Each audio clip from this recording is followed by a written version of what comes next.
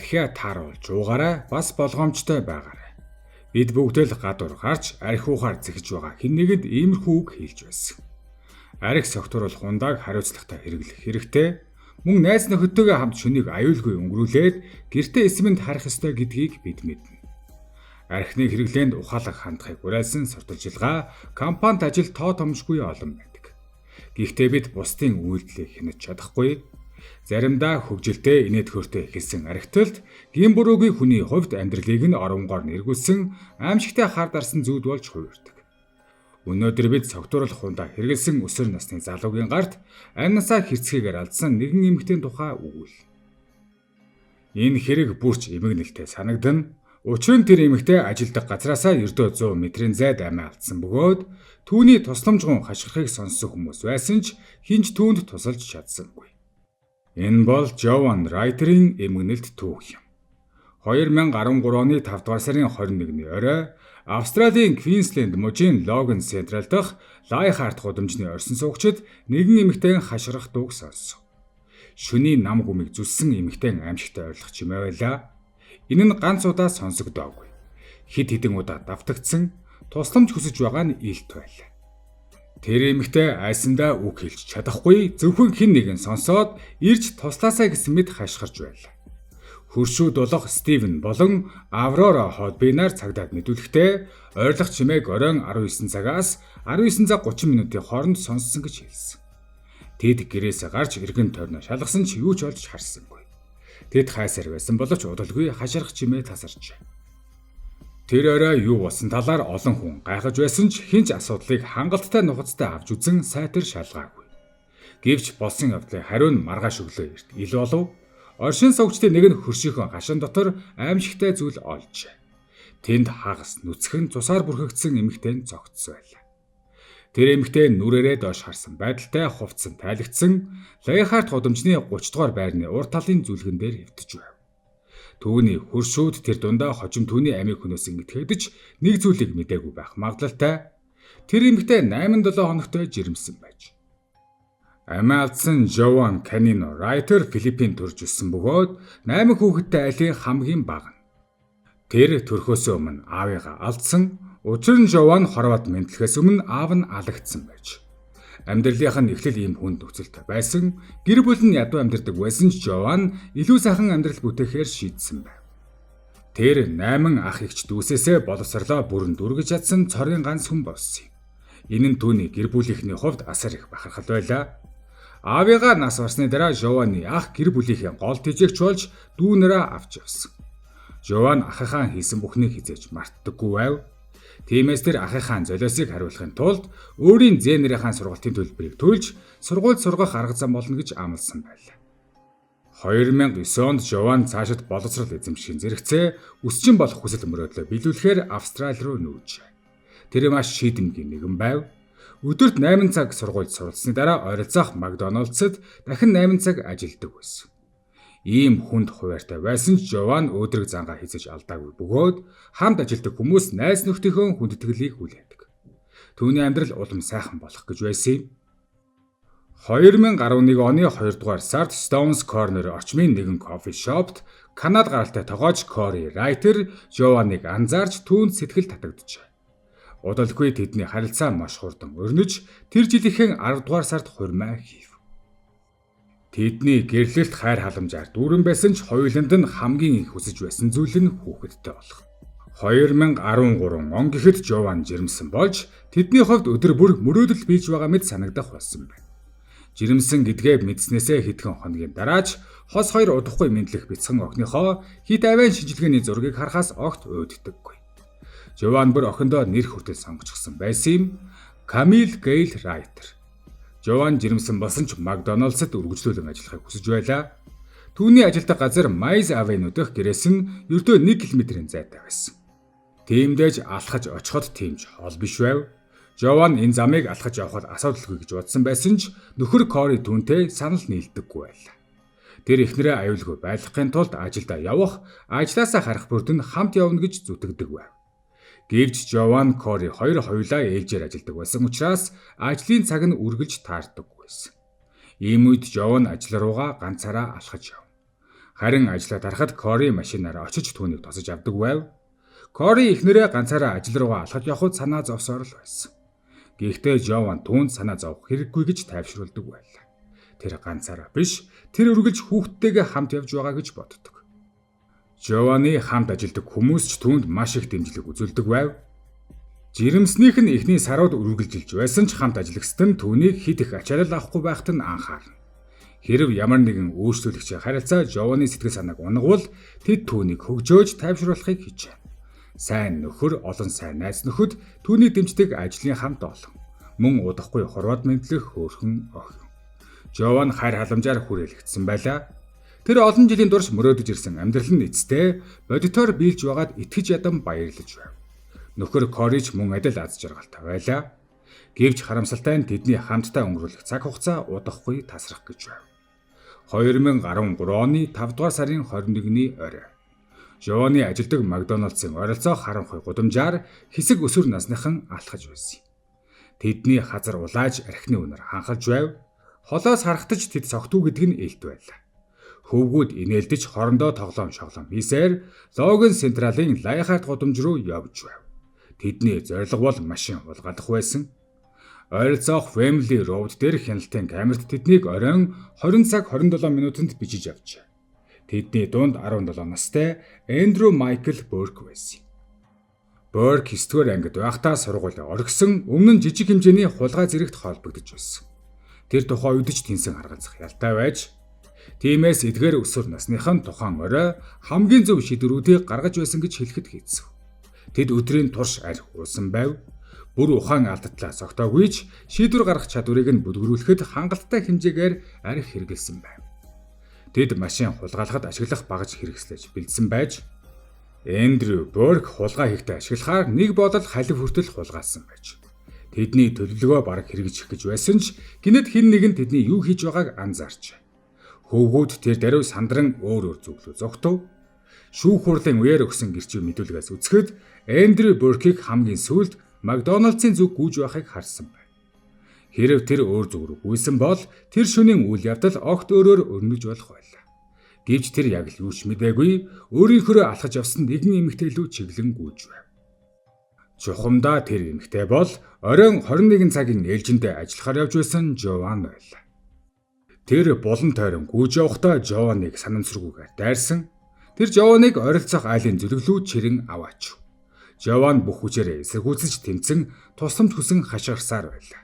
Гэвч Эндрю түүнийг зодож халдаж эхэлсэн байна. Тэр хулгаалсан халвийнхаа нэгийг ашиглан Жованыг бүлж улмаар түүнд бэлгийн хүчирхийлэл үйлдэжээ.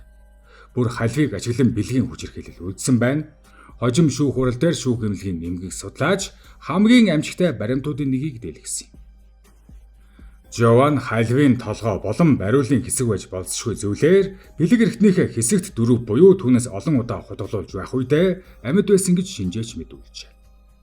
Халдлага маш хэрцгий байсан. Энэ нь түүний хөвлөдөг хараахан төрөөгүй хүүхдэд хүртэл нөлөөлсөн байв. Гэсэн ч Жован бууж өгсөнгүй. Тэр үргэлжлүүлэн хашгирсаар байсан. Эндрю түүнийг дуугүй болгохын тулд толгойроо нь өшгөлжээ. Эцэстэн тэр Жованыг боомлж амиг нь хөнөөсөн байна. Гэхдээ нэг асуулт үлдсэн. Ийм нэгт сууршлын бүсэд Жован тусламжгүй хашгирч байхад яагаад хинч түнд туслаагүй юм бэ? Үнэн дээр хүмүүс түүний хашгирааг сонссон. Зарим оршин суугчид тэр орой ойролцоогоор 19-с 19 цаг 30 минутын хооронд эмэгтэй хүний ойрлогыг сонссон байлаа. Нэг хүн бүр юу болсныг мэдхээр гадагш гарсан. Гэвч тэр харанхуйгаас өөр юу ч олж хараагүй. Өөр хүмүүс ч мөн хашгирахыг сонсоод гэрээсээ гарсан боловч хэнийг ч юу ч олж хараагүй юм. Жованы үхлийг ойролцоогоор 20 цаг 30 минутаас 21 цагийн хооронд болсон гэж үзжээ. Эндрю Борк Жованыг хөнөөснийхээ дараа түүний цогцыг ил задгаа орхисон байна. Эмэгтэй бараг нүцгэн цусан зүлгэн дээр асгарсан байдалтай хэвдэж байлаа. Түүний ажилдаг Макдоналдс ердөө 100 метрийн зайд байсан. Тэр шин Жован тэнд очиж 21 цагийн ээлжиндээ ажиллах ёстой байсан. Яг тэр үед нөхөр Кори ажлынхан ээлжийг дуусгаж байв. Тэр машинаа чиглэн алхахдаа дуртай дуугаа аяархан аялаж явжээ. Машиндаа суугаад шөнийн радиогийн дуг сонсон хэсэг явсаар эхнэрээ ажил дээрээс нь тосохоор замдаа гарсан байна. Тэр орой Жован Коригоос өөрийг нь тосох шаардлагагүй гэж хэлсэн байв. Гэхдээ Кори зүтгэсээр байсан. Эхнэрээ өөрөө тосож авсан дээр гэж тэр боджээ. Эцсийн эцэс тэр эхнэр болон хевлийдэг охиныхон аюулгүй байдалд санаа зовж байсан юм. Ингээд эцэст нь Кори ирж Макдоналдс дотгошоо орлоо. Тэр Жованы хамт ажилладаг хүмүүсийг таньдаг байсан тул тэдэнтэй мэдлэв. Гэвч Кори тэднээс сонсно гэж огт төсөөлөөгүй хариу сонсов. Жован өнөөдөр ажилдаа ирээгүй.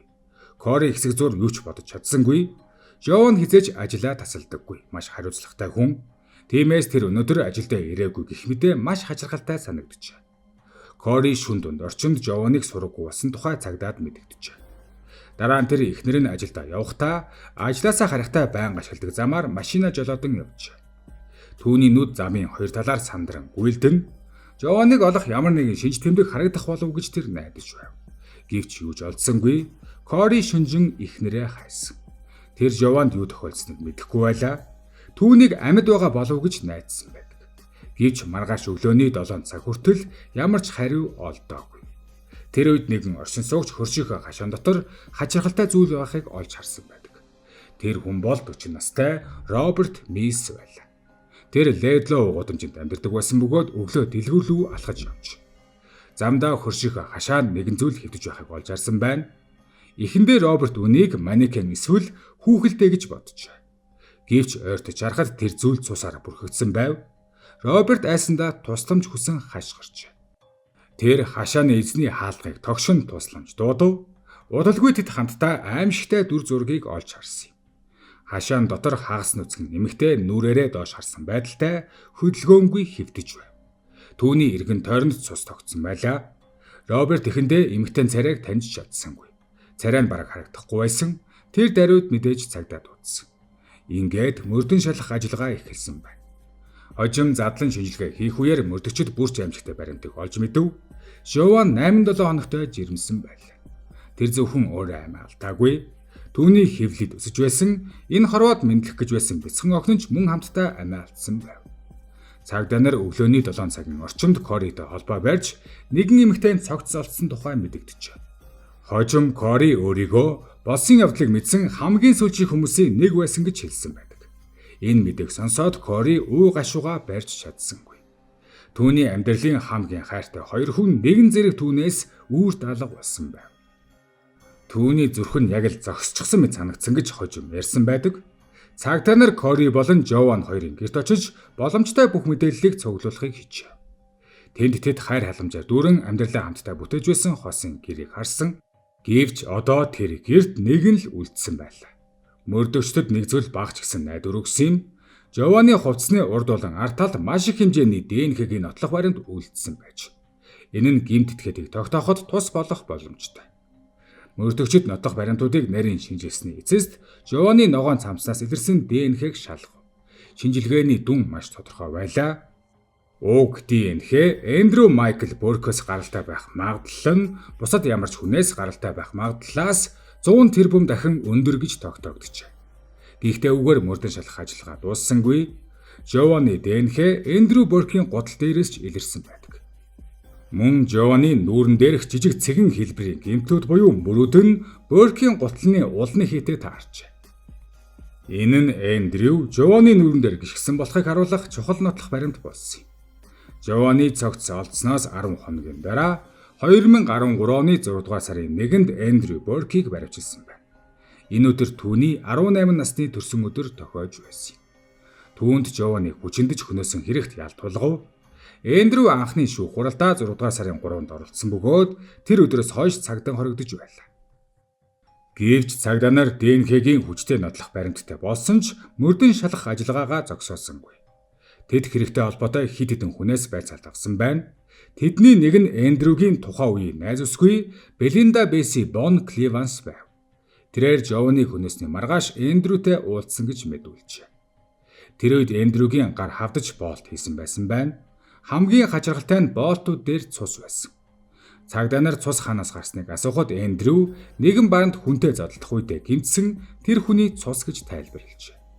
Гэвч хожим түүний найз үсгийн хогийн савнаас боолтуудыг олдсон байна. Шүүх хэмлэгийн шинжичид тэдгээр боолтыг наривчлан шалгав. Шинжилгээний хариу Эндрюгийн хэлсэндээ огт тохирсонгүй. Боолтон дээрх цус нь баарын зодтолсон гэх үл таних хүнийх биш байв. Харин тэр цус Жован Райтерих байсан. Энэ хэргийн аимшигтай зүйлсээ нэг нь Эндрю гэмт хэргийнхээ дараа хэрхэн аашилж байсан явдал байлаа. Түүний найз өсгүйн их чинь ярьснаар Эндрю огтхонч сандарсан шинжгүй байсан гэж. Тэр урдыг хараал байсан. Тэр Жованыг хэрцгийгээр хөнөөсөн тэр шөнө Эндрю найз бүсгүйнхэн гэрт очиж юу ч болоогүй мэд кино үзэж суусан байна. Эндрю Жованыг хөнөөх үедээ хорих байгууллагаас дөнгөж суллагдаад тэнсэн харгалзах хяналтанд байсан нь ил болсон. Цагдаа нарыг гайхшруулсан өөр нэг зүйл байв. Жованыг хөнөөсөн өдрөөс эхлээд баривчлагдах хүртэл 10 хоногийн хугацаанд Эндрю зүгтах ямар ч оролдлого хийгээгүй. Тэр сэжигтэн гэдгээ мэдэж байсан ч олон нийтийн дунд чөлөөтэй явсаар байж. Эндрю эхэндээ өөрт нь тавьсан бүх хэргийг үгүйсгэв.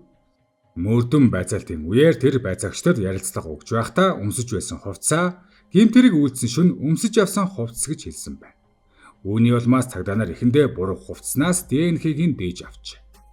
Эндрю тухайн хэрэг болсон газарт огт байгаагүй гэж мэдүүлсэн. Гэвч дараагийн байцаалтуудын үеэр түүний мэдүүлэг өөрчлөгдөж эхэлсэн байна. Эцэст нь тэр Жован алагдсан гудамжинд машин хулгайлахыг оролдож байснаа хүлээн зөвшөөрчээ. Цаашлаад Эндрю Жованыг хүчнэсэн хэрэгээ хүртэл маш нарийн аимшигтайгаар дэлгэрэнгүйгээр ирсэн байна. Эмэгтэй нас барсан цагийг 20 цаг 30 минутаас 21 цагийн хооронд гэж тогтоосон. Гэвч энд нэг асуудал гарч ирэв. Хөршүүд Жованы хашгирахыг 19 цагаас 19 цаг 30 минутын хооронд сонссон гэж мэдүүлсэн. Үүн дээр үндэслэн Эндрюгийн өмгөөлөгч Фрэнк Мартин хүн амны хэрэгт түүний үйлчлүүлэгч буруутай байх боломжгүй гэж маргажээ.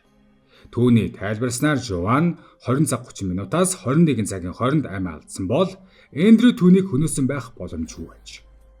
Өмгөөлөгч энэ байр сууриа хэд хэдэн баримтаар дэмжихийг оролдсон. Тухайлбал Эндрюг Family Road дэх хяналтын камерт 20 цаг 27 минутанд харсан байдаг.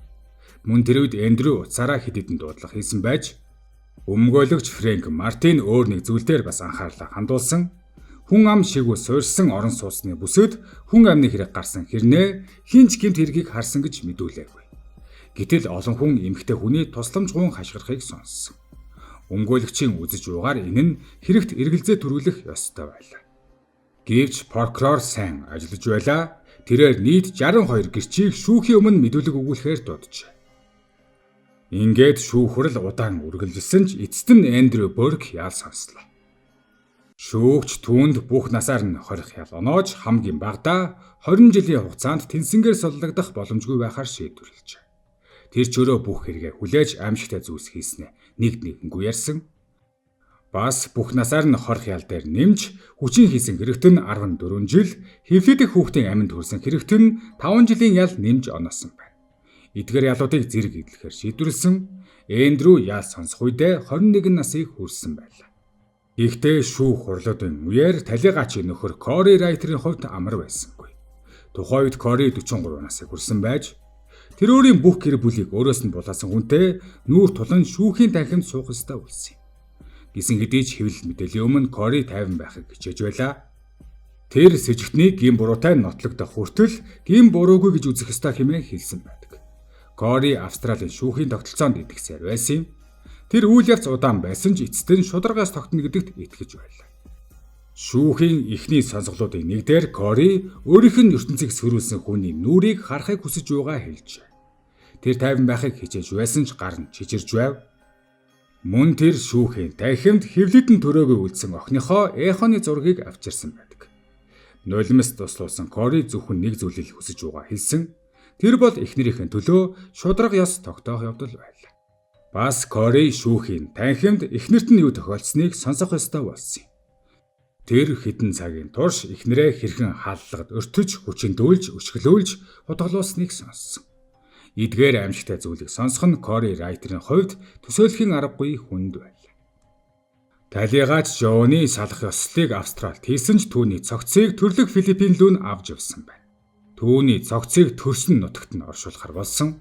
Жованы шарлыг Брисбенээс Манила хүртэл тээвэрлэхэд ойролцоогоор 10-аас 11 мянган доллар шаардлагатай байсан байна. Аз болоход хүмүүсийн хандив тусламжийн ачаар нийт 16 мянган доллар цугларсан байдаг. Энэ мөнгөөр Жованы шарлыг Филиппин рүү тээвэрлэх зардлыг гаргаа зогсохгүй, түүний ээжийн гэрийг засварлахад ч тусалжээ. Эцэст нь Жован төрлөх нутагтаа амар тайван нойрсохоор болсон юм. Харин Кори амьдралаа цааш өргөжлүүлэх хичээсэн. Гэхдээ тэр Жованыг мартах гэж оролдоогүй. Тэр зөвхөн Жован болон төрж амжаагүй охиноо алдснаас үдсэн асар их өвдөлттэй хамт амьдарч сурахыг хичээж байлаа. Эцэст нь арх өөрөө хүнийг гэмт хэрэгтэн болгодоггүй. Гэхдээ согтууруулах ундаа хэрэглэснээр хүний өөрийгөө хянах чадвар, зөв бурууг ялгах чадвар, шийдвэр гаргах чадвар нь эрс муудаж, бодож тунгаахгүй үйлдэл хийх эрсдэл нэмэгддэг. Энэ хэргийн хамгийн амжтай тал нь хэдхэн цагийн өмнө зүгээр л архиж авсан өсвөр насныхны үйлдэл нэгэн гэмгүй эмэгтэй амьдралыг төдийгүй түүний хэвлэд байсан хүүхдийн амьдралыг ч үгүй хийсэн явдал юм.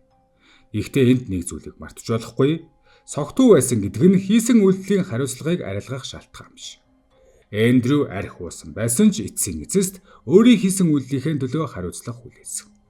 Тиймээс энэ түүхээс авах хамгийн том сургамж бол архийг хизээж хор хөнөөлгүй зүйл мэт ойлгож болохгүй гэсэн санаа юм.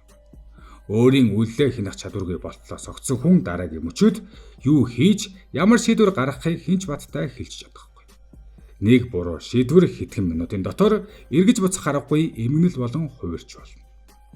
Тиймээс арх уухта зөвхөн өөрийнхөө эрүүл мэндийг бус өөрийн гаргах шийдвэр болон тэр шийдвэр бусдын амьдралд ямар үр дагавар авчирч болохыг үргэлж санах хэрэгтэй.